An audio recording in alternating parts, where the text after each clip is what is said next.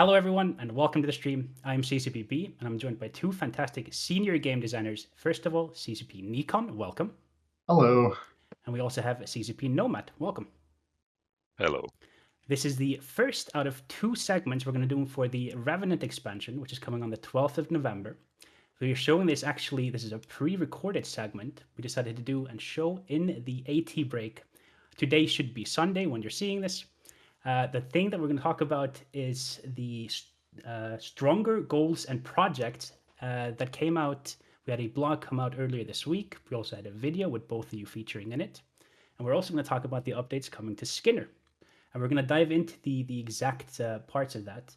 We have expanded feature parameters is one of them. I know that's one of your favorites. Is that correct? Yeah, expanded project parameters. Sorry. That's yeah. It is definitely my favorite because it allows creating much more complex projects or manifesting much more complex corporation goals and showing them to the members and allowing them to contribute. Perfect. We'll dive in just a second, but we also have project deadlines, something that's been requested to be able to actually put an end to a project and not to run it indefinitely. We also have participation limit. So explain to us what that is. So participation limit allows the project creator to set a limit on how much an individual can contribute to a project. So, for example, a project is to bring 10 caracals, but the limit is 2 caracals per member. So each member in the corp can bring only up to 2 caracals, and those will be counted as contributions. This allows essentially to spread out the participation among more members, allowing more members to participate in the projects. So if in your corp you have someone who just does a lot in the corporation and brings all the stuff, usually a person like that would just block other people from contributing. So It's to this, basically stop someone from just hogging all of the core projects and just doing them all before the rest can actually start digging at it as well. Correct? yeah, that's correct. Of course, for some projects, it is beneficial to have people like that because you just want the project itself to be completed and that's the goal. But in other instances, you want actually engagement from your members and you want that engagement to be across all members. So in that case, that particular feature is very useful. Also, if you want to incentivize them with something really valuable, maybe you don't want one person taking all the rewards. It makes a lot Exactly. of sense.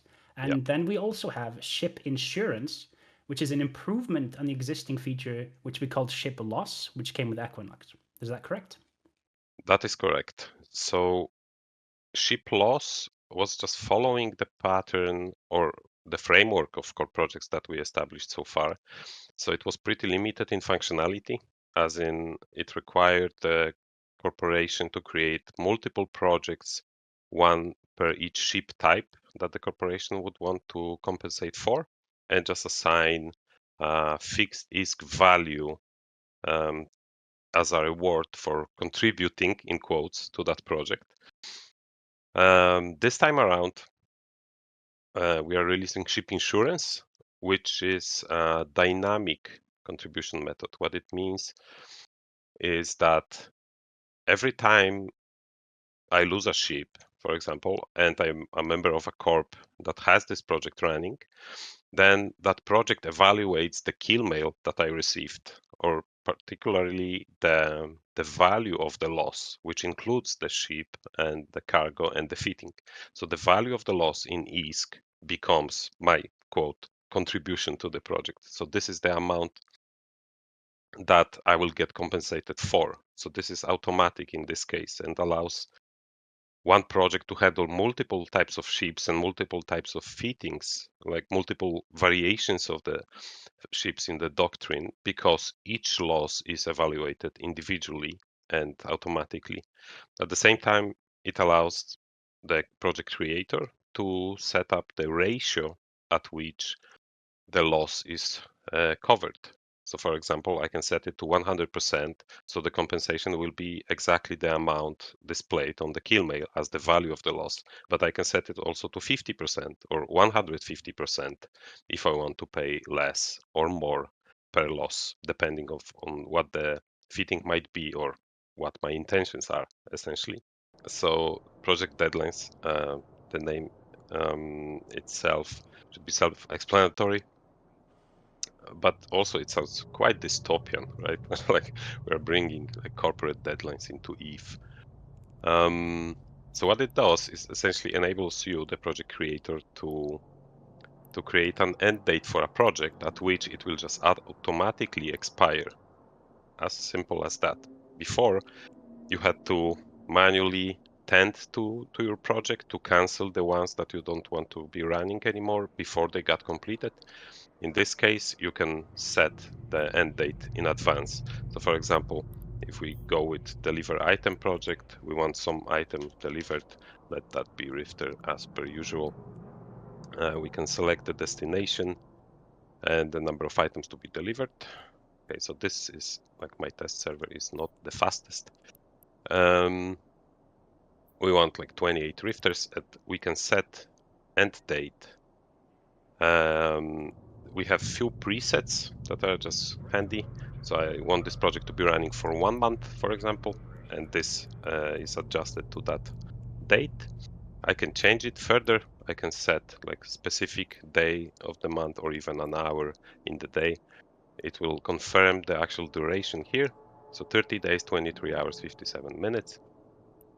If I This then seems create, This go seems ahead. really, really useful. So since Aquinox, my interaction with Corp goals like this has been magmatic gas, and that's something that I know the person was tending to getting outsourcing the getting of a bunch of magmatic gas. He had to tend to it every day, every week, because the prices were fluctuating so much.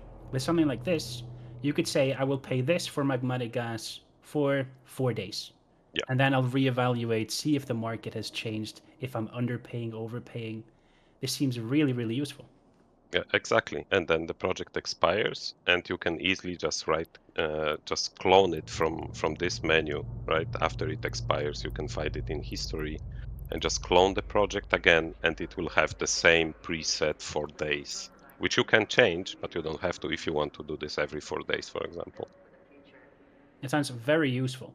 Um, Looking at the participation limit, I saw that there was a ticker there above the end date one. Is that the Yeah, one where you select how often you can contribute to it? it's not necessarily how often, but it is how much one corp member can provide to this particular project. So if the whole project needs 28 rifters, for example, and I limit this to 5 rifters per member, so each individual can bring only up to 5 for the total amount of up to 28, then it tells me I need at least six members in my corp to be contributing to this project fully for the project to be completed. Like if there's less people than that contributing, then the project can never be completed because of this limit. So this is useful to know.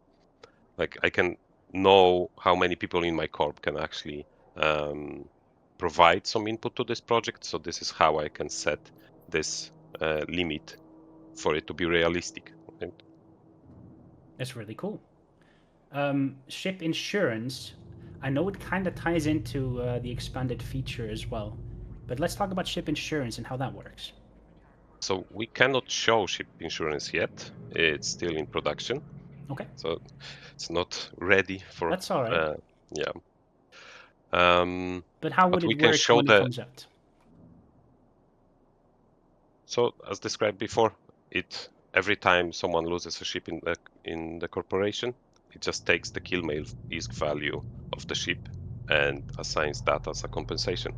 So it's fully automated and covers all types of ships, of course, uh, with the limitations of which ships you have added. But maybe let's talk about expanded project parameters and how that can play with ship insurance in Yeah, the future. So expanded project parameters is like today, let me take this project for example. So today you can only specify one value per each parameter in a project. So for example, this project, destroy Capsulier's ship, which is essentially just kill another Capsulier. Today you can input here only one name, be that name of a capsuleer or a corporation or an alliance or a faction if you are targeting FW militia. But after November, you will be able to include multiple names. So for example, um, I want to target like Minmatar Republic militia and Galente militia at the same time. And I can also target a particular corp, right? Like this one, I can target a particular character. So I can add up to 10 values per, like in this field. And those are, the relationship between the values is OR, as in it can be, the target can be from Minmatar Republic or Galenta Federation or from this corp or this particular character. So this is very powerful way to set up projects that are quite complex.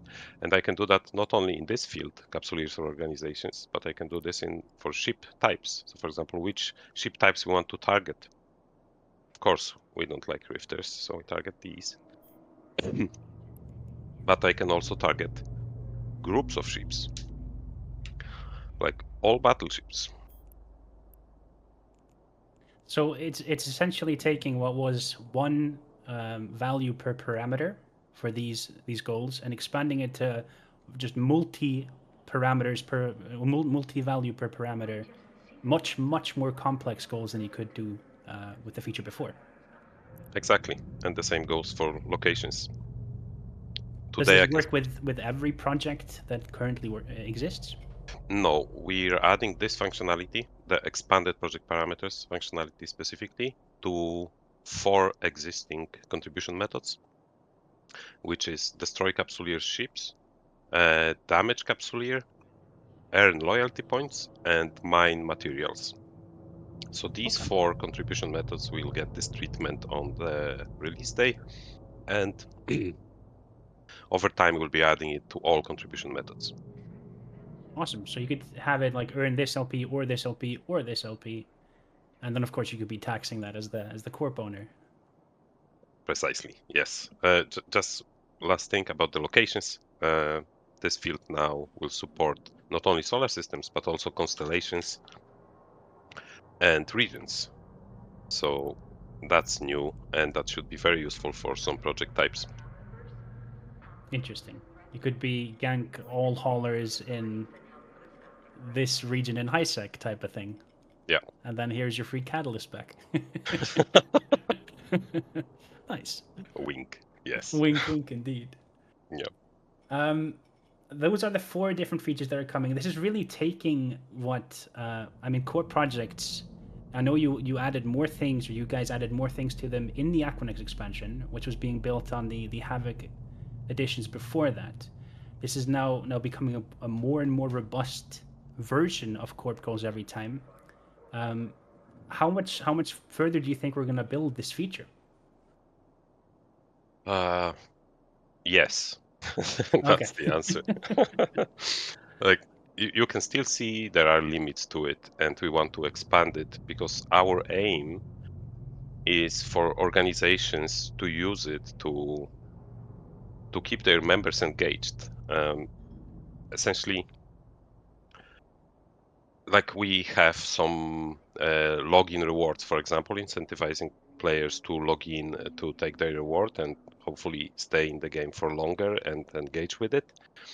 This has similar aim, as in every time I log in, there's stuff for me to do as a corp member, There's right? a mission. There's something that you know that the Exactly, group you're in needs doing, and this is how they want to pay you to do it. And it doesn't exactly take a that. Yeah. person to tell you. You can just log in and see it on a list. Yes, like I open the corp window and I can see all the things that I could contribute to. So now there's a reason for me to do stuff for the corp and get paid for it, but also to feel valuable for the organization, right? Because the the managers can see who contributes to projects and to what extent, and they may offer some extras for it. Of course, this is not part of the system yet. They will do it on their own, but in the future, why not? Why we shouldn't allow like corporations to give automatically medals, for example, for participation or some extra rewards. So we have a lot of things on our list, wish list, when it comes to this feature and how we want to expand it. But of course, reality will dictate what we'll do next. I think it's awesome what you built with it so far. And I mean, expanding the ship loss into ship insurance, this is like you said, going to include the fit of the ship, even the modules in the cargo, and you Yeah, can decide to pay higher for logistic ships that are being lost than mainline DPS ships. So you can be paying like 150 and incentivizing that you're paying them 150% of the Logi ship's worth because you need more Logi pilots. It's things like that, absolutely. right? Yeah, yeah. Of course, if you put it too high, then um, you may make it so that it's just unreasonable to fly Logi rather than just lose them in the first minute and then fly another one, right? Because Yeah, you're just making you gotta money be doing so. careful. Yeah, but But it does it with a trusting group. It opens up like the automating of SRPing. You know, you could have highly, doctrine ships with things in cargo that they need, refits or other things, and this would cover all of that in certain scenarios. yeah, and most importantly, it's just enough to have one project and it will proportionally cover the losses to what the loss amount was, right? Rather than having to create multiple projects, one per each ship type. So this is pretty powerful. It is. It's a little scary too as an FC if everyone starts looting the grid and then dying. You're like, oh no, everyone's You ship see is real time how the corp wallet shrinks. Yeah. yeah. I think this is fantastic. I think this has really gotten to a point where I know people have been using this a bunch in the last year. I know they started using it more after Equinox. And the kind of feedback we were getting from players, it seems to be building on those things. They were asking for multiple parameters. They Yep. were asking for a timed corp goal so they wouldn't have to manually do all the work of turning them off and making new ones like that. This is becoming a really cool feature. Yes. Like all the additions that we are making, um, we're getting them mostly from player feedback, but at the same time, it just matches what we wanted to do anyway. So it's just beautiful to provide the features that we wanted to do, but also that we hear from the players, from you, of what you want. So all the expanded project parameters or like the limit per contributor, specifically, this was asked by CSM, but also I saw it on Reddit, similar with end date. Like, you want this stuff? There you go. It's fantastic. Thank you very much. I'm going to hop over to CSP Nikon now. We're going to look at the updates coming to the Skinner. But if you see anything, feel free to chime in as well, Mr. Nomad. Thank you. So, CCP Nikon, let's actually talk Well, about Skinner now. And let's talk about where that's going sure. with the update that's coming.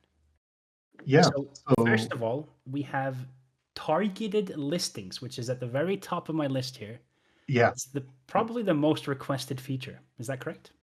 Here, it might be easier for me to just show you as well. Absolutely. If I go into my collection, I have a skin here that I can sell. That And looks sick, then, by the way. But yeah. thank you. In the availability, you can choose to make it public, which is available for everyone. And then it You just can goes list, on the Paragon hub, correct? yeah, Like it has been since Equinox. exactly, exactly. And then you could also select it just for your corporation. So anyone in your corporation can then buy it, and it's locked to only your corporation, so no one else can see it. You can also do the same with your alliance through the My Alliance option. And same thing, locked only to your alliance, and anyone in your alliance can purchase it at that point. Or you can put in specific and you can type in anything that you want.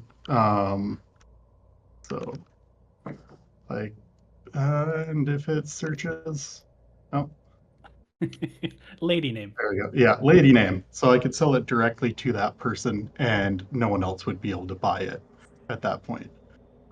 So it's very cool, very powerful in that sense. So corporations will be able to distribute skins so everyone can fly the same colors.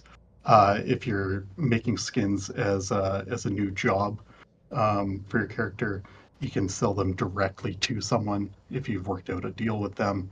And you can list it for any price that you want. One of the big things though is if you're selling for your corporation, to your corporation or to your alliance, and you're a brand manager, if you have the brand manager role, when you sell it, you won't get dinged with any hub vendor fees or hub listing fees. Um, So you're able to put certain people in charge of being the brand manager of the corp, yes. and those can then make skins just like we've been doing since Equinox, Yep. and then they can list those skins only to their corp and charge them. There's no market fees, nothing like that. If they want to sell it for zero risk, if, hypothetically. Yep, they could do that. So they can just like they can sell it for free if they want. There's no fees, no taxes or anything like that.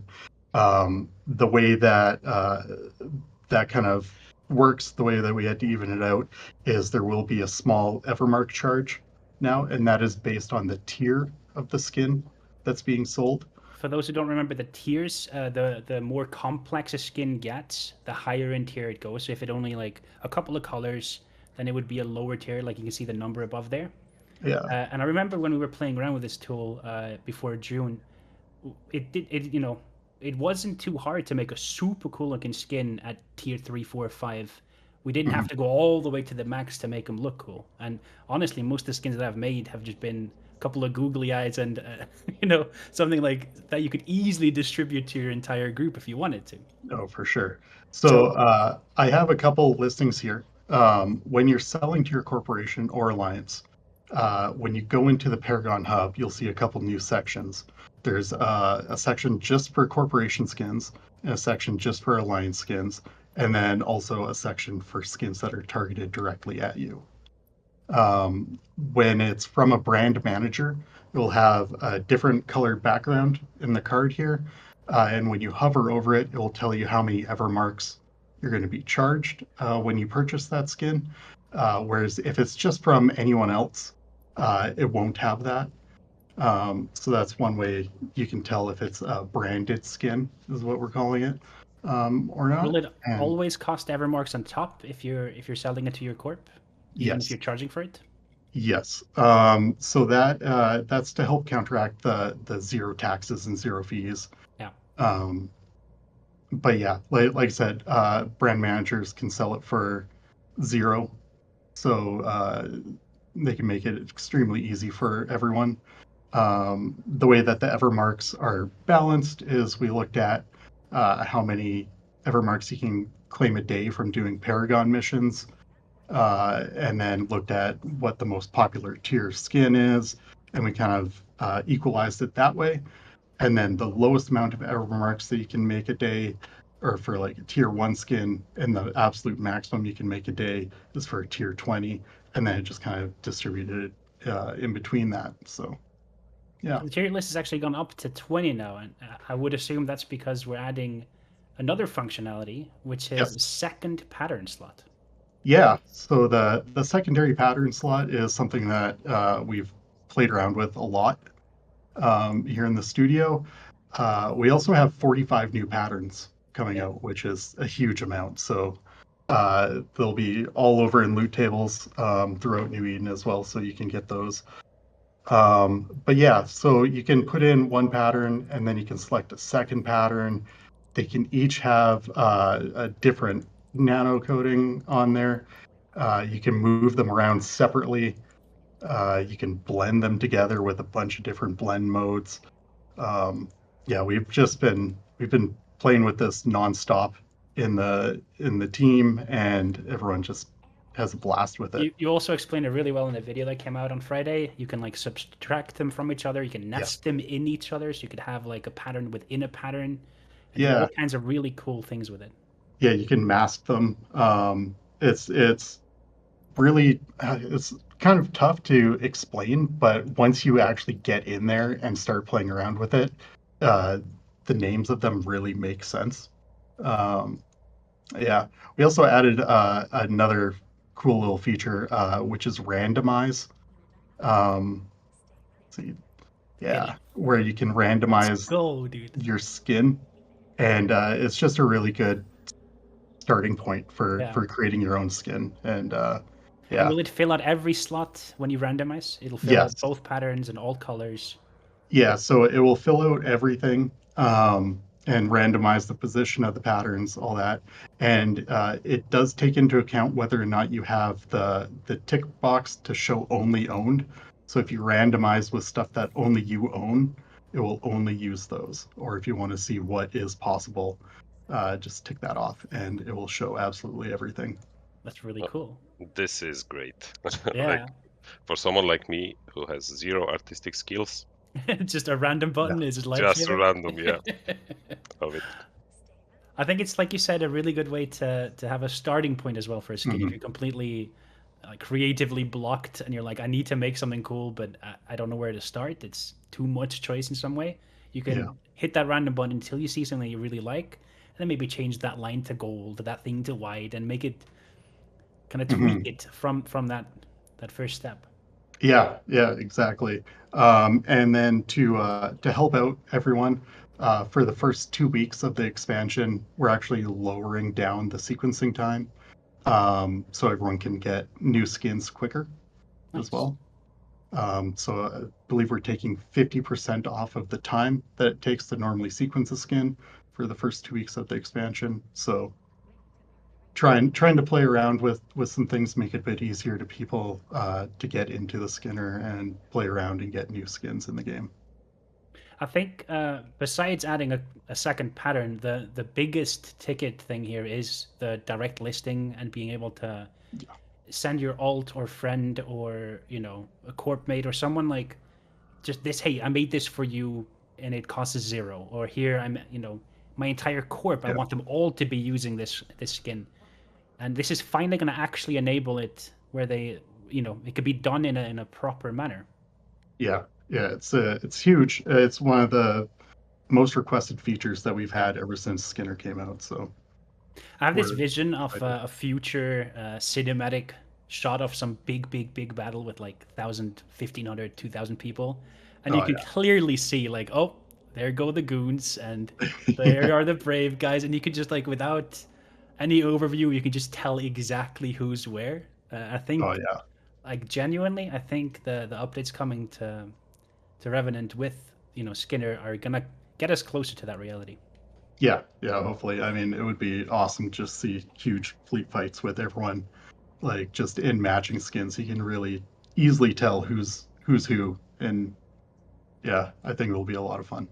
And like you said, Evermarks, I think a lot of people have a bunch of that saved up Yes. anyway. So Yeah. I think we might get there quicker than expected, actually. But you still On have to that make, note, yeah. I just want to make one note. There's another feature that we announced in the blog a Hmm. couple of days ago that will be coming after the expansion, which will allow completing daily goals with Evermarks. So Yes, don't spend all of them on don't skins. spend them all. Yeah, Yeah, you have to budget between our two features for sure. Yeah. Evermarks went from being something where people like, why do I have this, to like, stonks, so this is the best thing. I Yeah, need more. yeah. yeah. But honestly, So this is both of these things, the improvements to goals that are coming and the improvements here to Skinner. The tool, of course, is fantastic, and making skins is super. It's fun, and it's like super unique what you can actually make. Now the actual way of getting them to the people you want is far more real than it was before. This is yeah, fantastic. yeah, and it's something that we want to continue improving upon, adding new features in, all that fun stuff. So hopefully we can keep doing that. 100%. I think since we are doing this as a pre-recorded segment and the Alliance tournament needs to go on, I think this is going to cut our time basically short, but we managed to cover most of what we wanted to. Do you think we missed anything from either one of you? I think we got everything on the Skinner side of things. Yeah, I think we got everything, at least from the things that are officially announced so far. Yeah. Yeah, we covered We that. also had a blog go out last week or this week, and we had a video with both of you. But I wanted to dive into this. This is something that we've started doing for all the expansions, and Mhm. it's nice to see you guys play around with the tools as well. Um, but thank you both for your time. Yeah, no And I problem. believe the next thing is up is match 30 in the Alliance tournament. Good luck to whoever's competing. And we'll see you guys 1 week from now, next Sunday. I'm going to be interviewing CCP Trash Panda, and we're going to go over the mercenary dens, the new deathless ships, and the all new damage over time weapon system that's coming. We'll see you then. Bye bye.